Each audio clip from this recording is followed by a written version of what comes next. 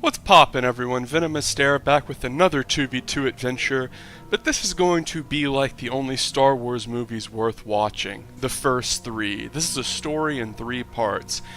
The first part of the story is going to be a 2v2 on Shrines of Linzul, the smallest map in the 2v2 map pool, an exceptionally short rush distance map, where cheese play is really the only viable option, which is fine.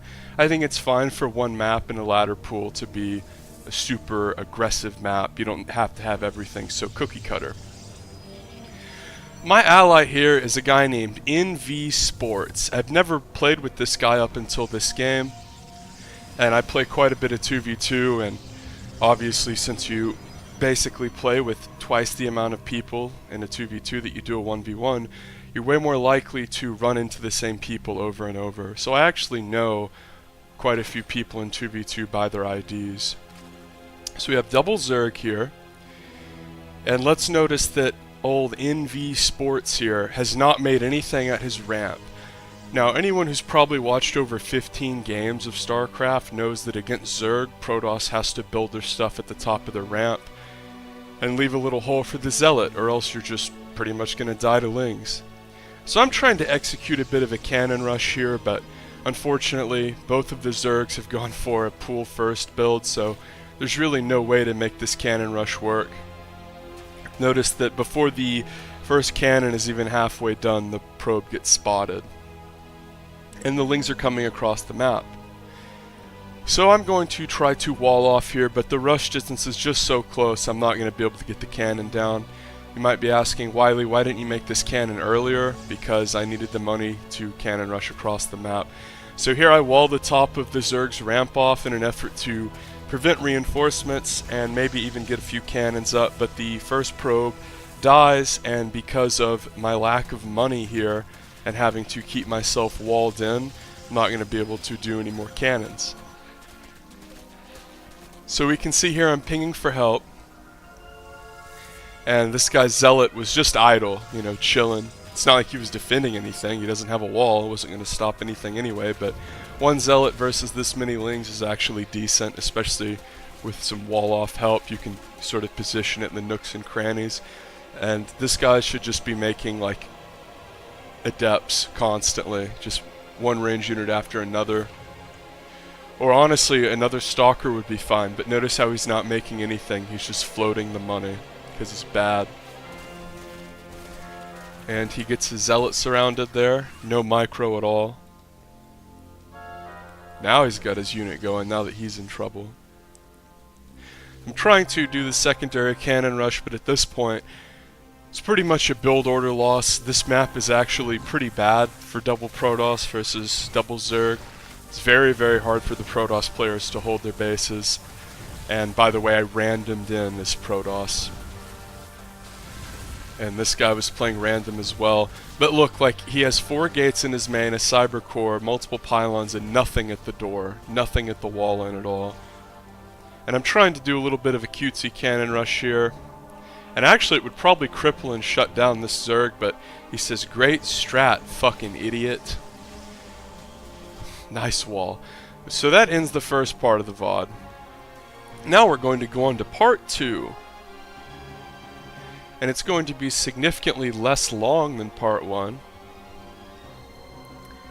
It's not even going to be as long as the scene where Han Solo saves Luke by butchering the animal and spreading his innards over him for warmth.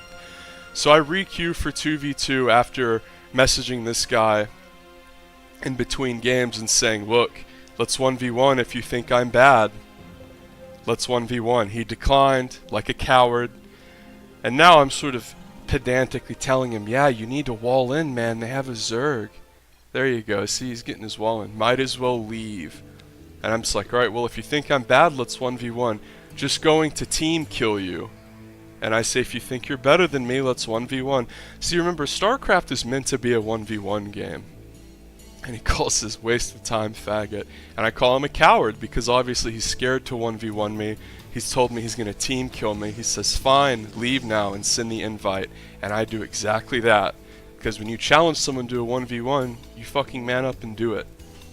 So now, we have the exciting conclusion Now that you have the story contextualized, we got double random on the map King's Cove, and we're really kicking now, because I'm sort of this guy's still talking shit, and I didn't even say anything in between this game. I just asked if he was ready. And you might be saying, well, you know, he's calling you a cheeser because you play random. We have to consider this guy also plays random, so he's not just saying that I cheese because I play random.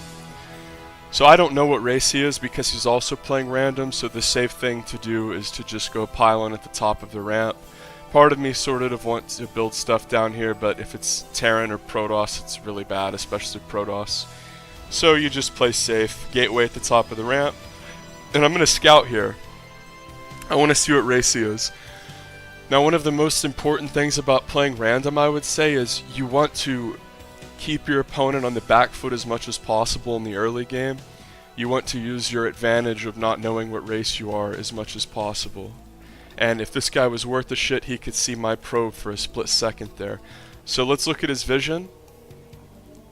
So it's incredibly important to note that I didn't get close enough to the hatch to show him I was Protoss. I peeked the hatch, okay, he's Zerg, he's fast expanding. Now I know I can expand safely. So I go one gate expand, and I'm aiming to get a cyber core here, obviously, right as the gateway finishes. And I want to sort of get my SimCity up here at the front door. King's Cove is actually a good map for Zerg. Greedy, huh?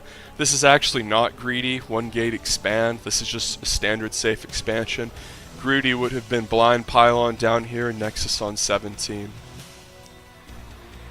Thought I was a cheeser. I'm just sort of playing with them like, well, you know, you're calling me a cheeser. Oh, now I'm greedy. You're dumb. No Scout Expo. And obviously we know that I did scout him. I knew not only what race he was playing, but what build he was doing. And he's actually so bad that he had vision of my probe and didn't see it. So the irony, of course, is that he's berating me for being bad and not scouting, when not only did I scout him, he saw me scout him, but he's just too bad to have actually been perceptive enough to see that. Notice how bad his initial Overlord paths are as well. Like, what the hell is this gonna see? You don't send your second Overlord to the top right corner of the map. You either need to send it to one of the thirds, or at the outside of their main to scout, and yeah, this is the third, not this. But yeah, this is just the sign of a terrible player. So an extremely early Roche Warren, this is indicative of aggressive play. And to me, this sort of screams like Ling Ravager bust. There's no build that Protoss can do that would sort of justify a Roche Warren this early. I mean, this is just insidiously early. He's getting it. Really, really early. And notice, if you go to units, it's sort of cut into his drone count a bit. You can delay this for about a minute and be fine. So one of the most important things to think about in StarCraft is the order in which you get your structures in the early game to maximize efficiency. And we can see here, after berating me for quote-unquote being a cheeser, he's going to get out super fast roaches. One of the best lessons I ever learned, and this was from a Day 9 daily, is, and this sounds extremely elementary to a lot of you, but I remember when I was in like Gold League, this was just like a huge light bulb. In StarCraft, there are certain limitations that your opponent has to abide by, meaning that if you're playing against Protoss, they can only get a Cyber Core so quickly. Even if you were to get a fast Cyber Core, you have to do a certain amount of things before you can even get it. So the absolute earliest that you can get a Cyber Core is like a certain point at the game.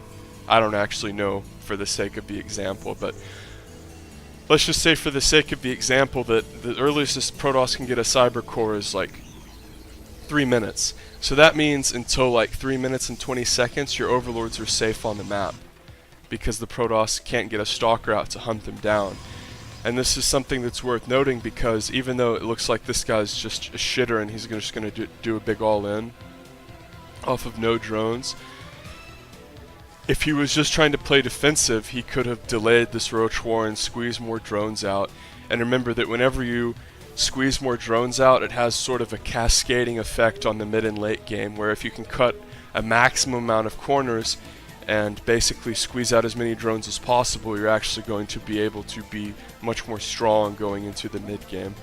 So I was going for a bit of an aggressive charge lot build here, and this could be considered an all-in, but this is like a pretty hardy 2-base all-in that you can transition out of. You get a warp prism. I made an observer even. And of course, this also allows you to be safe against a lot of different builds, and as soon as Roach Speed finishes, this guy's going to attack. So this is an all-in, a complete all-in, because he's on 34 workers and basically has no tech. So the key here is to just be calm. I want to make a couple extra pylons because this is sort of a disastrous SimCity to build all your stuff up here. This was definitely sort of like a scuffed, sloppy build on my part.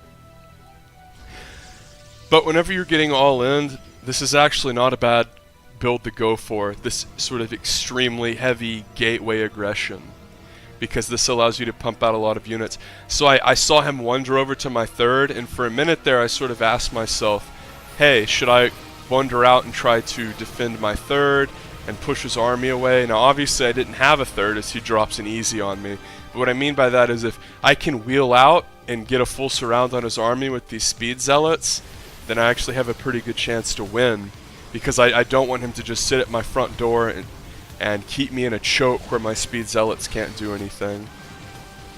So I keep the zealots back after force fielding off his army and killing the front part. Now I can send the rest of the zealots in. A little bit of hot pickup micro there on the sentries. That was pretty slick. And remember, speed zealots are very good against roaches whenever they're off of creep. So his all-in has completely failed and petered out.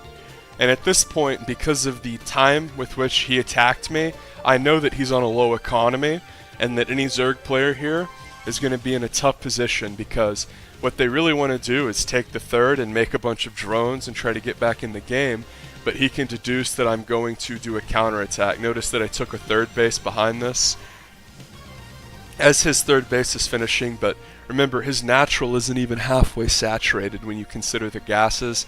He was going off of just 2 geysers, which for Zerg, whenever you delay those geysers like that and you're also trying to get drones, you're very behind.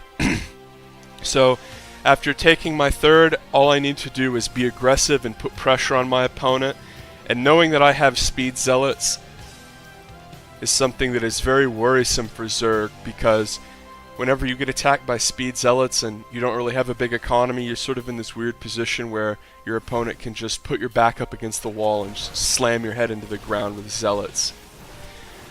So I'm going to pause it. I'm sorry for coughing. Hold on. I took my headset off there. So here, the key is you don't want your speed zealots to spurg out, overextend, and die while the rest of your army segments. It's okay for your speed zealots to attack and push him back, but then you want to regroup, get everything in position, and then abuse force fields. Whenever you go for these speed zealot 2-base builds, whether you want to call it a true all-in or just some heavy warp gate aggression, the fact of the matter is that whenever you reinforce, you want to warp in sentry zealot. You don't really want, even though it's tempting, they're easier to micro stalkers without blink. I didn't research blink, so I just want to continue hitting the nail on the head with speed zealots and sentries. So the zealots are going to force the roaches back, and I'm just going to go for a big force field on the ramp here, because essentially this traps half of his army and is going to allow me to isolate his natural. Even if he made a Ravager right now, it wouldn't matter. And he says all in noob, and he doesn't just leave the game, he straight up closed his client. He was so angry. He fucking alt F4'd. So a few things to note here. The third base was completely saturated. I could have gone into Blink, Storm, DT, Immortal. I should have taken these gases and started triple pro production after this attack, but he's completely dead to this. You know, he noticed his money. It's not like he was floating a lot. He was trying to go into Hydra, but yeah, at this moment he's completely dead. Once the force field goes down, he's just fucked. Half of the Roach army dies. He's cut off from his natural in third. He's dead.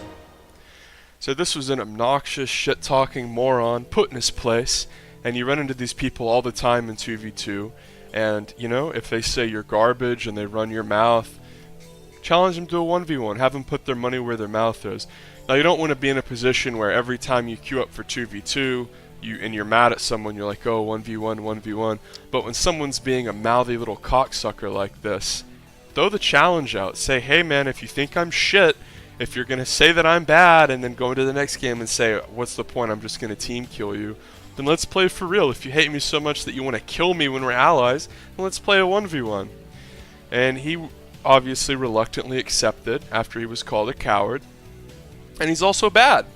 So shout out to Envy Sports for being completely worthless and yet another shitter who can't hang in 1v1. Subscribe for more.